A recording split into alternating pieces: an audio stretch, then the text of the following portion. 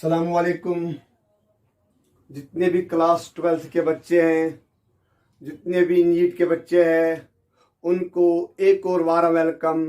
आज हम magnetic effects of electric current का लेक्चर नंबर 2 करने जा रहे हैं। पिछले लेक्चर में हम लोगों ने ऑरेस्टर ऑब्जर्वेशन और हम लोगों ने पाम ट्रिक पढ़ी है। आज मेरे बच्चों हम पढ़ेंगे बायोट एंड साविट लॉ। ठीक है कि नहीं? हमने पिछले वीडियो में पढ़ा था कि जो एक करंट कैरिंग कंडक्टर है, it will produce the magnetic field. लेकिन what will be the magnitude of the magnetic field? Question arises, अगर यहां पर ये करंट कैरिंग कंडक्टर है, अगर मैंने यहां पर ये पॉइंट P लिया है, अगर यहां से करंट अंदर की ओर जा रही है, मैं यूज करूंगा पाम ट्रिक। जिस डायरेक्शन में करंट जा रहा आई, मैं उसी डायरेक्शन में अपना ये थंब रखूंगा, है कि नहीं? ठीक है कि नहीं? तो फिर इसके बाद चिपकाऊंगा अपने हाथ को, जहां मेरा पाम जाएगा वहां होगा मैग्नेटिक फील्ड। ये किया, ऐसे किया, ये कहां गया? अंदर की ओर गया। ये कहां गया? अंदर की ओर गया। यानी यहां पर हम कहेंगे मेरे बच्चों, इस वाले पॉइंट पे मैग्नेटिक फील्ड है इनवर्ड्स। इतना हम लोगों ने सीखा। लेकिन अब मामला एक चीज है, अगर यहां से ये करंट आई जा रहा है, अगर इसकी लेंगे DL है, इसको मैं नाम रखूंगा IDL। जो ये IDL मैंने यूज किया है, या आपको किताबों में अलग अलग मिलेगा, लेकिन मैंने साथ रखा, इसको एक्चुअल में बोला जाता है करंट एलिमेंट। याद रखो मेरे बच्चों, इसको आप हमेशा साथ रखोगे। क्यों? जो हमारा ये I है, ये इसको मैग्नीट्यूड देता है, जो DL है ये डायरेक्शन देता है, ये बनता है वेक्टर क्वांटिटी, इसको बोला जाता है करंट एलिमेंट। चलो आगे बढ़ेंगे, ये छोटी सी बात थी। ये मैंने लिखा है IDL। ठीक है मेरे बच्चों? इसके बाद यहां पर जो पॉइंट ऑफ ऑब्जर्वेशन है, सपोज यहां से लेकर यहां तक जो डिस्टेंस है वो ये R है, और ये एंगल जो बना रहा है थीटा बना रहा है। बायोट एंड साविट ने बोला है जो ये मैग्नीट्यूड होगा delta B at P, that is directly proportional to IDL। मैंने अलग से नहीं लिखा, आप भी इसको कभी भी अलग से नहीं लिखना। आप हमेशा बोलना है, बोलोगे magnetic field is directly proportional to current element. क्यों? न लेंथ होगी करंट के बगैर, न करंट होगा लेंथ के बगैर। ठीक है कि नहीं? इसके बाद delta B is directly proportional to sine of theta, where theta is the angle between R and, क्या लिखोगे यहां पर? DL नहीं, गलत हो जाएगा, एंगल बिटवीन IDL। ये याद रखोगे करंट एलिमेंट के साथ। ठीक है कि नहीं? इसलिए मैंने ऊपर ये लिखा है, name it as equation 1, name it as equation 2। ठीक है मेरे बच्चों? आराम से। इसके बाद जिस DB is inversely proportional to R square, या directly proportional to 1 by R square. Name it as equation 1, name this 2, name this as equation 3. आराम से देखो, current, the magnitude of the magnetic field is directly proportional to current element. The magnitude of the magnetic field is directly proportional to sin theta. ठीक है कि नहीं? Where theta is the angle between R क्या है? ये vector है कि नहीं? The distance between point of observation and the current element. And IDL क्या है? Current element, inversely proportional to the separation between point of observation and the current element. Combine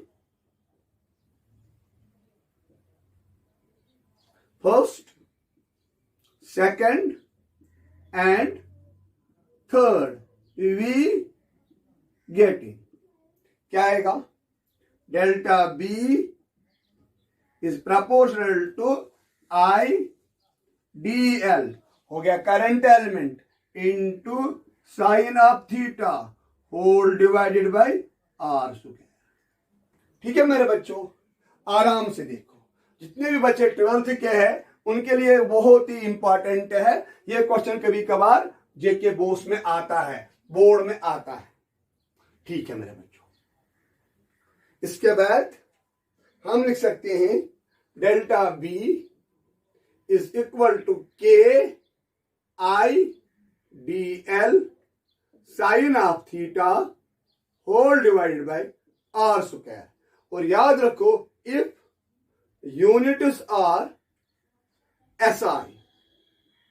SI का मतलब क्या है? जो मैग्नेटिक फील्ड है इसका unit हम लेंगे मेरे बच्चों टेस्ला। जो आई है इसका यूनिट हम लेंगे एम्पियर। जो डीएल है इसका यूनिट हम यूज करेंगे मीटर। आर का यूनिट हम करेंगे क्या मेरे बच्चों यूज? Very good, metre. इस वाले केस में एंड मीडियम इज, जिसमें हमने इस करंट कैरिंग कंडक्टर को प्लेस किया होगा वो होगा फ्री स्पेस। अभी हम बात कर रहे हैं किसकी? फ्री स्पेस की। ठीक है कि नहीं? कोई मैग्नेटिक मटेरियल इसके आसपास नहीं है। वो आगे हम समझेंगे इससे क्या क्या फर्क कहां कहां पर पड़ रही है। तो तब के का वैल्यू आएगा म्यू नॉट डिवाइडेड बाय 4 पाई। और म्यू नॉट जो होता है मेरे बच्चों इसको बोला जाता है permeability. Permeability of free space. तो इसका जो वैल्यू होता है वो होता है इक्वल टू 4 पाई इंटू 10⁻⁻⁷। ठीक है कि नहीं? अगर इसका यूनिट निकालना होगा ये इधर जाएगा, यह आएगा टेस्ला, इसके साथ एक हो गया टेस्ला मीटर एम्पियर इनवर्स। आप लिख सकते हो इसका यूनिट। ये बहुत इजी निकालना है। उसके लिए आप यूनिट्स एंड डायमेंशन में जाओ, वहां पर सारे यूनिट्स निकाल आप सीखोगे निकालना। क्लियर? तो अब जो ये वैल्यू है के का जो वैल्यू है जो हमने यहां पर निकाला है मेरे बच्चों, ये हम कहां पर सब्स्टिट्यूट करेंगे? यहां पर। क्या आएगा डेल्टा बी का value? Mu naught divided by 4 पाई। मैंने अभी कुछ नहीं किया है, मैंने इस के की जगह ये वैल्यू किया सब्स्टिट्यूट।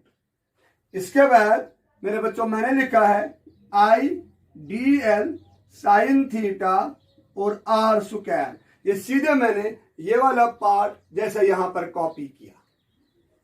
ये जो है मेरे बच्चों इसको बोला जाता है scalar form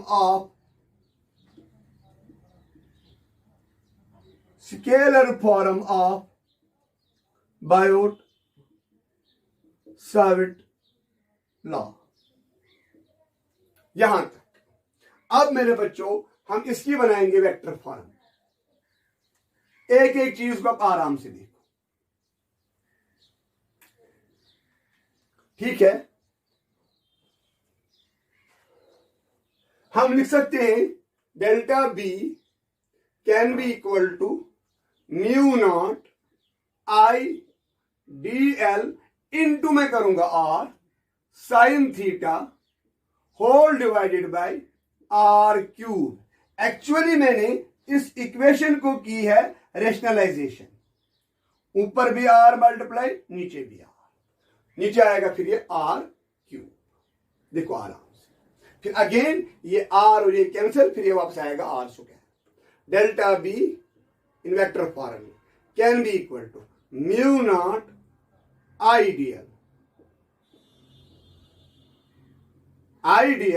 cross of R whole divided by R cube. इसको मेरे बच्चों बोला जाता है वेक्टर फॉर्म। इस तरह से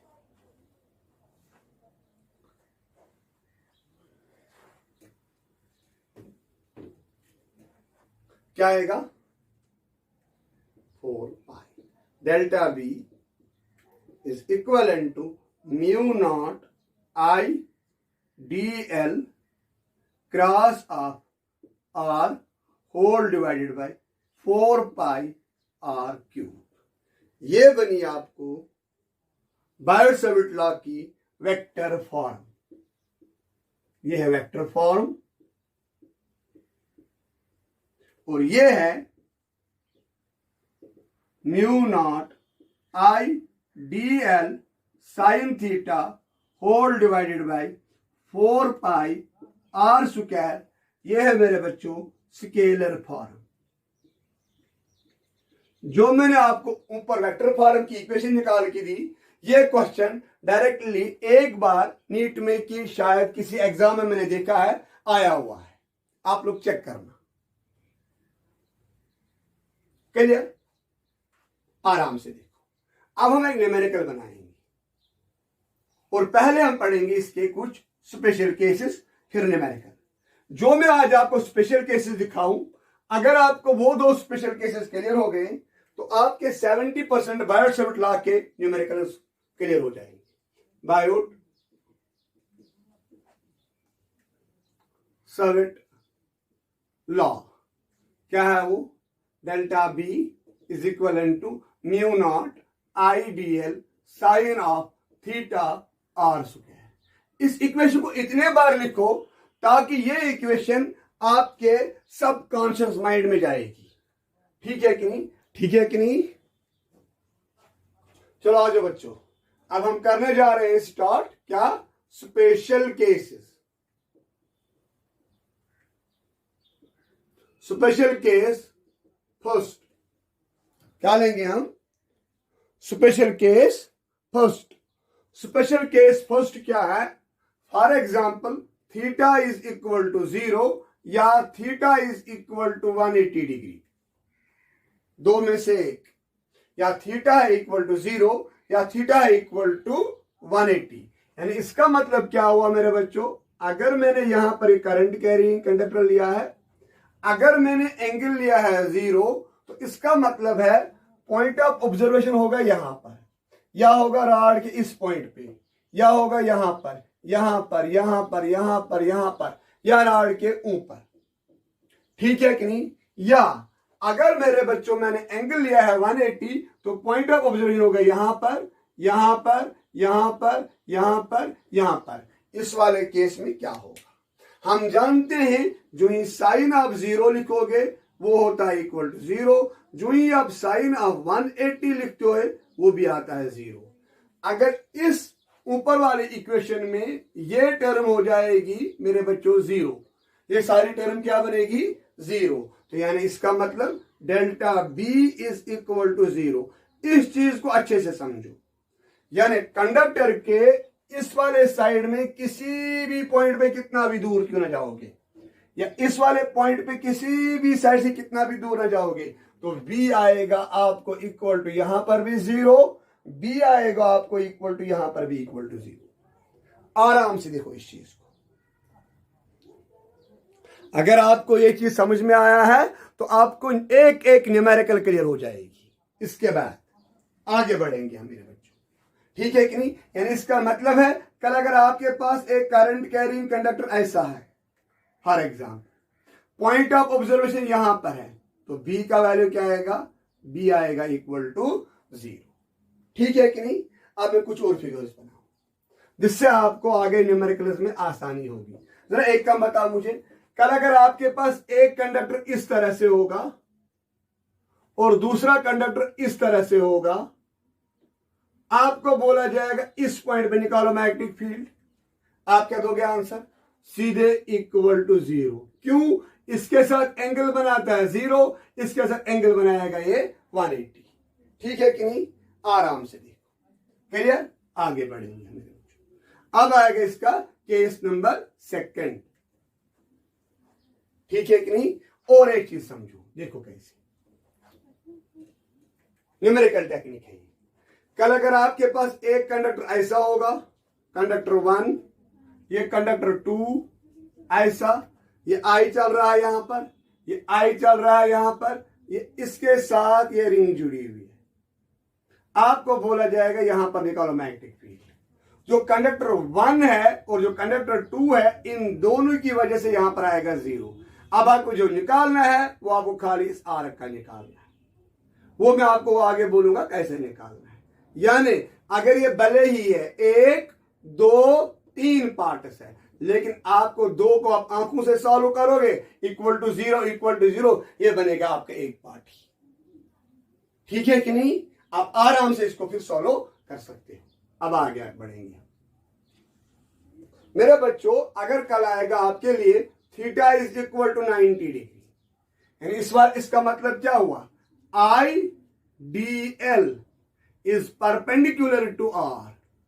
इस वाले केस में बनेगा delta B is equal to mu naught I D L whole divide by 4 pi R square. ये होगा maximum value of magnetic field at any point, लेकिन due to this current element when the angle between R and current element is equal to मेरे बच्चों किसके बराबर होगा, 90 degree. ये भी क्लियर हो गया?